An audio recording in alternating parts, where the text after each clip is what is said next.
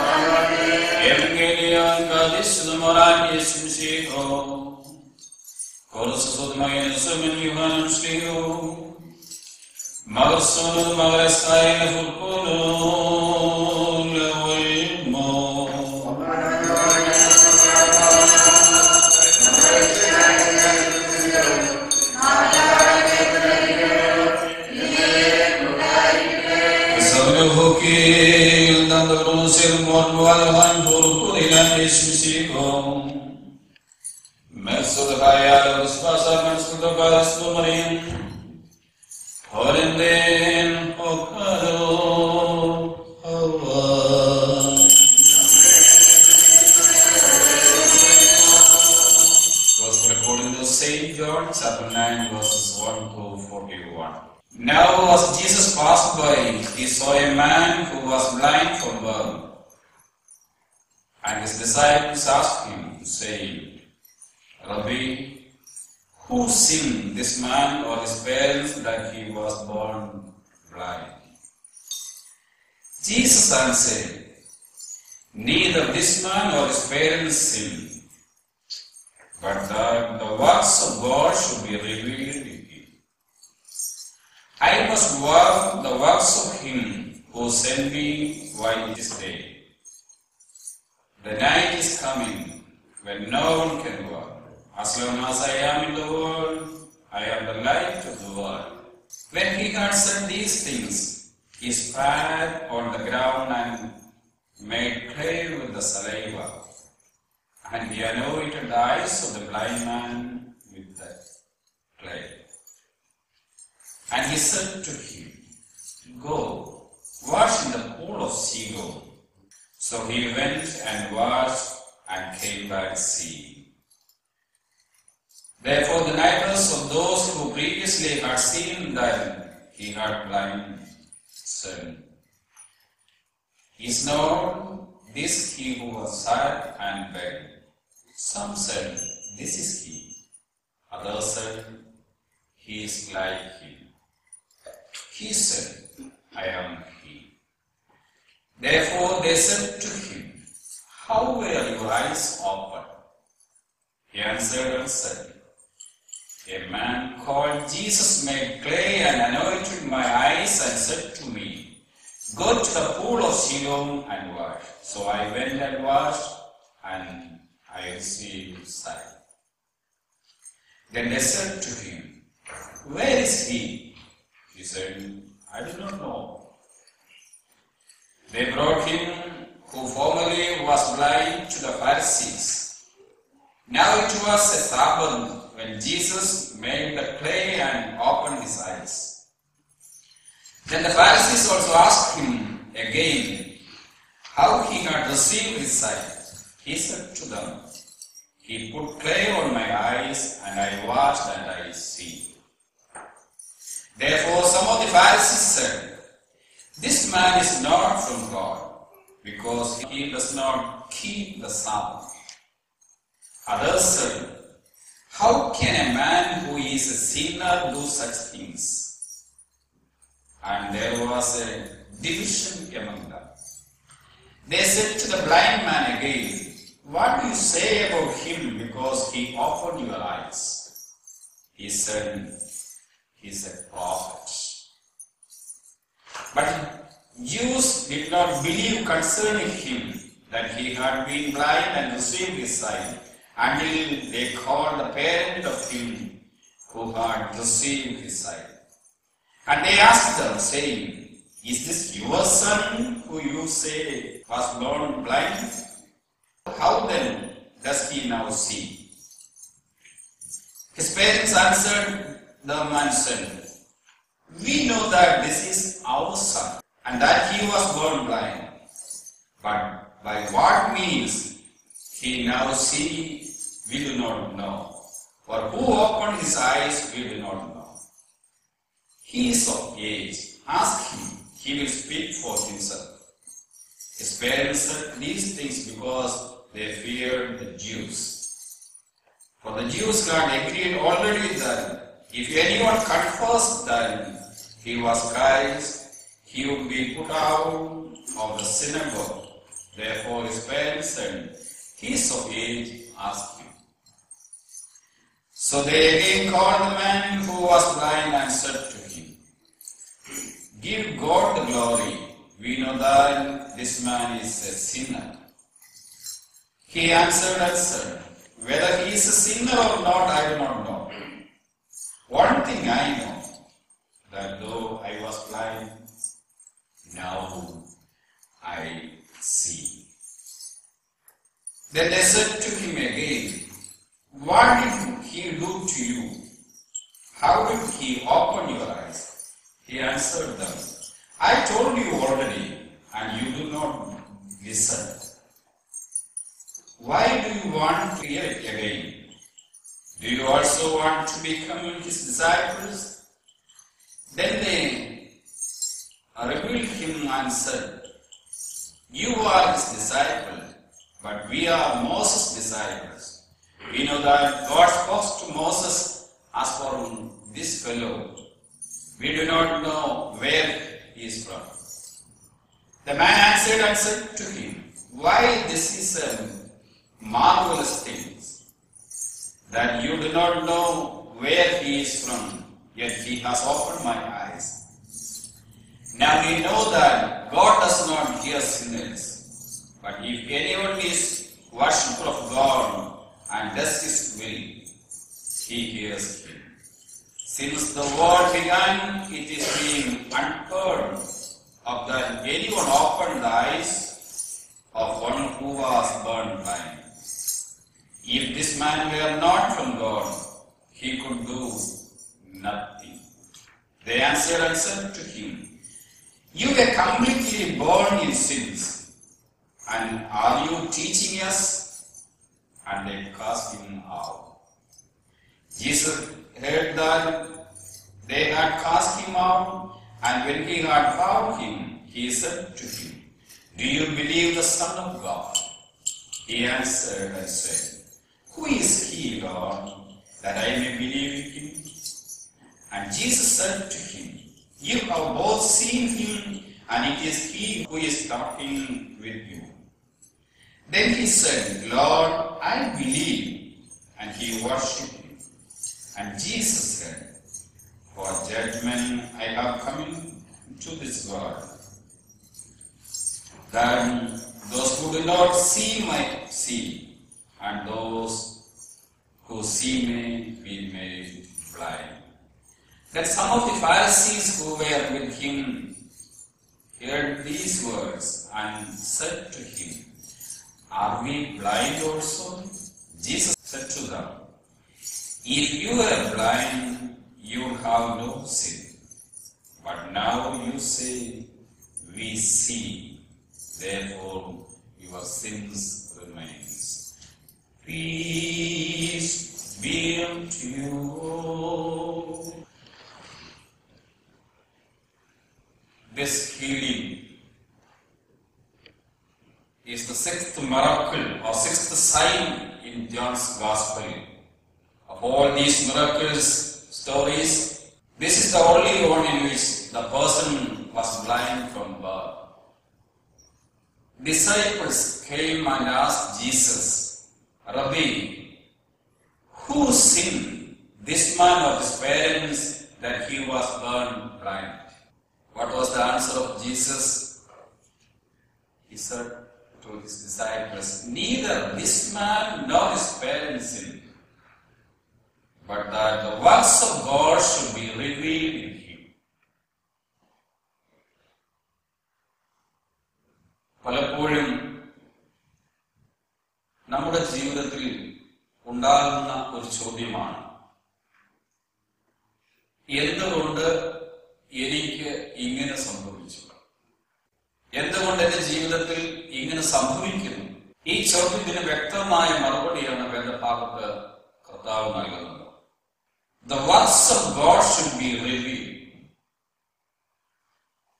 ദൈവത്തിന്റെ പ്രവൃത്തി, ദൈവഹിതം, God's will should be revealed. അതാണ് അതിന്റെ ആൻസർ. ജീവിതത്തിൽ സംഭവിക്കുന്നതെല്ലാം തന്നെ ദൈവഹിതം എന്ന് എണ്ണുവാൻ, ദൈവത്തിന്റെ ആഗ്രഹം, ദൈവ ഇഷ്ടം എന്ന് എണ്ണുവാൻ ഒരു വിശ്വാസിക്ക് സാധിക്കണം. അതാണ് കർത്താവ് പഠിപ്പിക്കുന്നത്. അതെന്ത് തന്നെയാകട്ടെ, രോഗമാവാം, പ്രയാസങ്ങളാവാം, തടസ്സങ്ങളാവാം, മരണമാവാം, ജീവിതത്തിൽ സംഭവിക്കുന്നതെല്ലാം നമ്മെ ഈ പ്രപഞ്ചത്തിൽ സൃഷ്ടിച്ചാക്കിയിരിക്കുന്ന ദൈവ ഹിതപ്രകാരമാണ് നടക്കുന്നത് എന്നുള്ള പൂർണ്ണ വിശ്വാസം പ്രത്യേകിച്ച് ഒരു ക്രിസ്ത്യാനിയെ സംബന്ധിച്ചിടത്തോളം ഉണ്ടാകേണ്ടത് ആവശ്യമാണ്. അതാണ് കർത്താവ് പഠിപ്പിക്കുന്നത് ഈ ഭാഗത്ത്. ഇവൻ ജന്മനാ കുരുടനായി ജനിച്ചതിന് കാരണം ഇവനൊരു മാതാപിതാക്കളല്ല. ഇവനെ കൊണ്ട് ദൈവത്തിനൊരു ഉദ്ദേശമുണ്ട്. ദൈവത്തിന്റെ പ്രവൃത്തി ഇവനിൽ വെളിപ്പെടേണ്ടതിനാണ് ഇവൻ ജന്മനാ കുരുടനായി ജനിച്ചത് എന്ന് പറയുകയാണ്.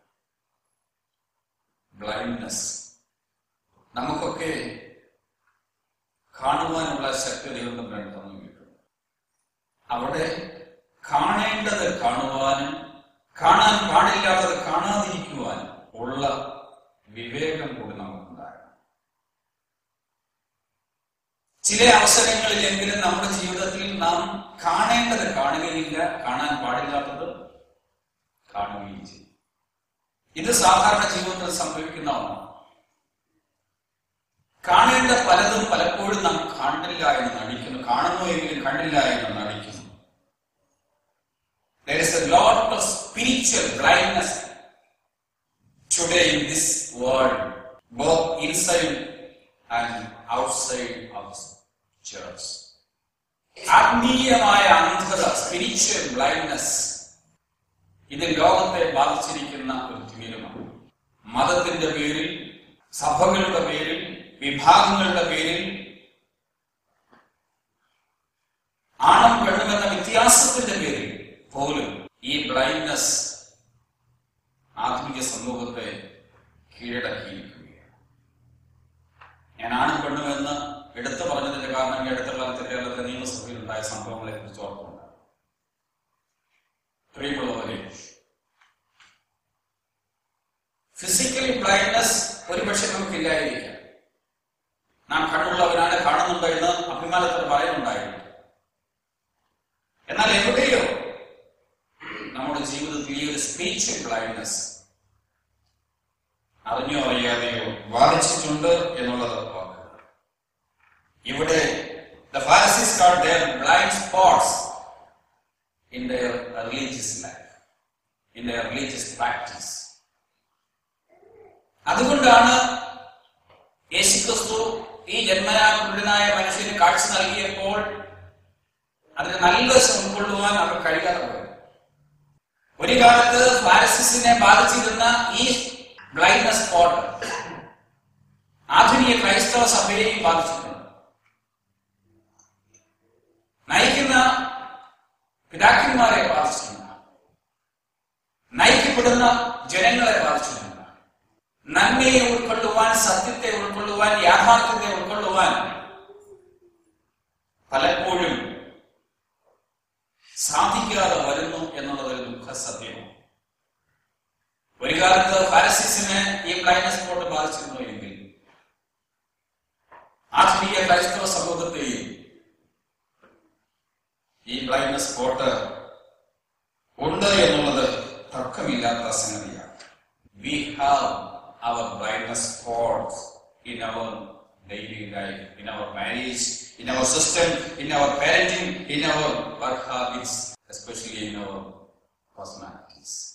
നമ്മുടെ ഡെയിലി ലൈഫിൽ, നമ്മുടെ കുടുംബ ജീവിതത്തിൽ, ദാമ്പത്യ ജീവിതത്തിൽ, മാതാപിതാക്കളും മക്കളും തമ്മിലുള്ളതായ ആ ബന്ധത്തിൽ, നമ്മുടെ ഔദ്യോഗിക ജീവിതത്തിൽ ചില അവസരങ്ങളിലൊക്കെ ബ്ലൈൻഡ്നെസ് സ്പോട്ട് അറിഞ്ഞുകൊണ്ട് തന്നെ കണ്ണടച്ച് കളയുന്ന ഒരു രീതി അറിയാതെ ഉണ്ട് എന്നുള്ളത് ഒരു സത്യമാണ്.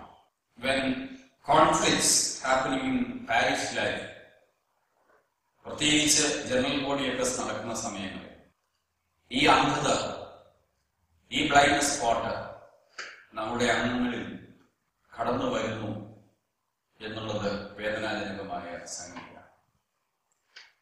പ്രത്യേകിച്ച്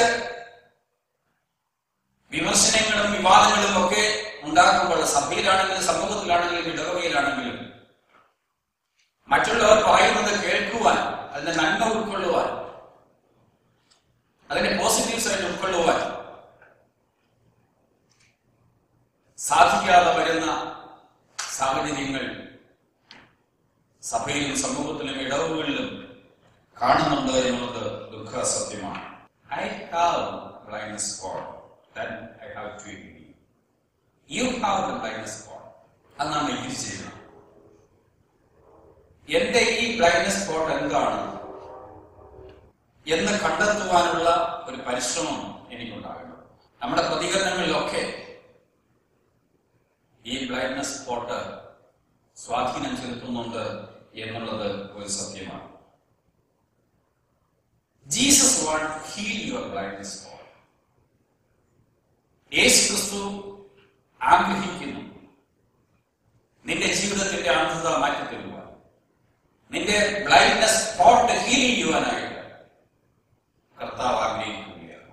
കാരണങ്ങൾ എന്തുമാകട്ടെ, ദൈവം ആഗ്രഹിക്കുന്നു നീ ദൈവസന്നിധിയിൽ അനുസരണയുള്ളവനായി ഗോ ആൻഡ് വാഷ്, നീ പോയി കഴുകുക എന്ന് പറയുമ്പോൾ ശീലവിലേക്ക് പോയി തർക്കമില്ലാതെ പോയി കഴുകിക്കളയുവാൻ തയ്യാറുണ്ടോ എന്നുള്ളതാണ്.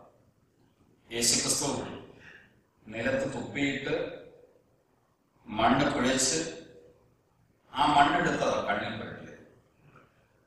ഒരാൾ തുപ്പല് നിലത്ത് തുപ്പിയിട്ട് അത് കുറച്ച് മണ്ണ് കുഴച്ചിട്ട് നമ്മുടെ കണ്ണിൽ പുരട്ടിയത് നമ്മുടെ പ്രതികരണം എങ്ങനെയായിരിക്കും? യേശുക്രിസ്തു ആഗ്രഹിക്കുന്നു എന്റെയും നിങ്ങളുടെയും ജീവിതത്തിന്റെ, പ്രത്യേകിച്ച് സ്പിരിച്വൽ ലൈഫ്, ആത്മീയ അന്തരീക്ഷത്തിൽ വന്നിരിക്കുന്നതായ ബ്ലൈൻഡ്നെസ് സ്പോട്ട്, ആ ബ്ലൈൻഡ് സ്പോട്ട് ക്ലിയർ ചെയ്യുവാനായിട്ട്, അത് ഹീൽ ചെയ്യുവാനായിട്ട് കർത്താവ് ആഗ്രഹിക്കുന്നുണ്ട് എന്നുള്ളതാണ്. കർത്താവ് ആഗ്രഹിക്കുന്നത് പോലെ ഒരാഗ്രഹം എന്റെ മനസ്സിലുണ്ടാകും. എന്നെയും എന്റെ ഡെയിലി ലൈഫിൽ, എന്റെ കുടുംബ ജീവിതത്തിൽ, എന്റെ പേഴ്സണൽ ലൈഫിൽ, എന്റെ ചർച്ച് ലൈഫിൽ ഈ ആത്മീയ അന്ധത അല്ലെങ്കിൽ ബ്ലൈൻഡ് സ്പോട്ട് ഉണ്ട്, അതെനിക്ക് ഹീൽ ചെയ്യണം എന്നുള്ള ആഗ്രഹം പ്രത്യേകിച്ച് ഈ നോമ്പിന്റെ ദിവസങ്ങൾ നമുക്ക് ഉണ്ടാകും.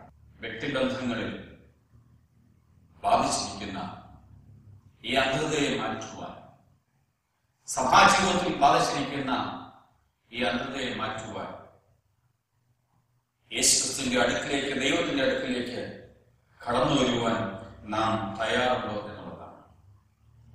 Religion is also have this blindness spot. മതങ്ങളിൽ ഈ ബ്ലൈൻഡ് സ്പോട്ട് ഉണ്ട്. അതുകൊണ്ടാണ് മതത്തിന്റെ പേരിൽ ഇന്ന് ജനങ്ങളെ കഴുത്തറുത്ത് കൊല്ലുന്നത്. ഐസിസ് പോലുള്ളതായ സംഘടന തങ്ങൾ വിശ്വസിക്കുന്ന മതത്തിന്റെ പേരിൽ മനുഷ്യനെ ഇല്ലായ്മ ചെയ്യുന്നു. ഈ അന്ധത ബാധിച്ചതുകൊണ്ടാണ്. പ്രിയമുള്ളവരെ, ഈ ബ്ലൈൻഡ് സ്പോട്ട് മതങ്ങളിൽ, സഭകളിൽ, വിഭാഗങ്ങളിൽ, രാജ്യങ്ങൾ തമ്മിൽ, അത് പൊളിറ്റിക്സിലുമൊക്കെ ഉണ്ട്. അത് മാറേണ്ടിയിരിക്കുന്നു. Spiritual blindness, spiritual blind spot is more common and worse than physical blind spot or blindness. ഫിസിക്കലായിട്ട് ഒരു മനുഷ്യനെ കാണാൻ കഴിയുന്നില്ലെങ്കിൽ അവൻ എങ്ങനെയും ജീവിക്കും, അവൻ അന്ധതയിലൂടെ അവൻ വളരും. പക്ഷേ സ്പിരിച്വൽ ബ്ലൈൻഡ്നെസ്, ആത്മീയ ജീവിതത്തിൽ ഈ ബ്ലൈൻഡ്നെസ് ബാധിച്ചാൽ, മതത്തിൽ ഈ ബ്ലൈൻഡ്നെസ് ബാധിച്ചാൽ, സഭയിൽ ഈ ബ്ലൈൻഡ്നെസ് ബാധിച്ചാൽ, രാഷ്ട്രീയത്തിൽ ഈ ബ്ലൈൻഡ്നെസ് ബാധിച്ചാൽ, പൊളിറ്റിക്സിൽ ഈ ബ്ലൈൻഡ്നെസ് ബാധിച്ചാൽ, അത് സഭയുടെ, രാജ്യത്തിന്റെ, ദേശത്തിന്റെ സിസ്റ്റത്തിന്റെ തകർച്ചയായിട്ട് മാറുവാനുള്ള സാധ്യതയുണ്ട് എന്നുള്ളത് ഓർക്കുക. രാഷ്ട്രീയ പാർട്ടികളിൽ, മതങ്ങളിൽ, വിഭാഗങ്ങളിൽ ഈ ബ്ലൈൻഡ്നെസ് ബാധിച്ചിരിക്കുന്നത് കൊണ്ടാണ് ഇന്ന് കാണുന്ന അക്രമങ്ങൾ ഒക്കെ മനുഷ്യൻ കാട്ടിക്കൊണ്ടുള്ളത്. അന്ധത, കാഴ്ചയുണ്ടെന്ന് അവകാശപ്പെടുന്ന നമ്മുടെ ജീവിതത്തിൽ നിന്ന് ഈ ബ്ലൈൻഡ് സ്പോട്ട് തുടച്ചു മാറ്റും. ദൈവത്തിന്റെ അടുക്കലേക്ക് നമുക്ക് കടന്നു വരാം. യേശുക്രിസ്തു ആഗ്രഹിക്കുന്നു എന്റെയും നിങ്ങളുടെയും ജീവിതത്തിൽ ബാധിച്ചിരിക്കുന്ന ഈ ബ്ലൈൻഡ് സ്പോട്ട് ഹീൽ ചെയ്യുവാനായിട്ട്. കർത്താവ് ഗോ ആൻഡ് വാഷ് യുവർസെൽഫ്. നീ പോയി കഴുകി തിരികെ വരിക. ആഗ്രഹം നിനക്കുണ്ടാവണം. കർത്താവ് പറയുന്നതനുസരിച്ച് പ്രവർത്തിക്കുവാൻ നീ തയ്യാറാണ്.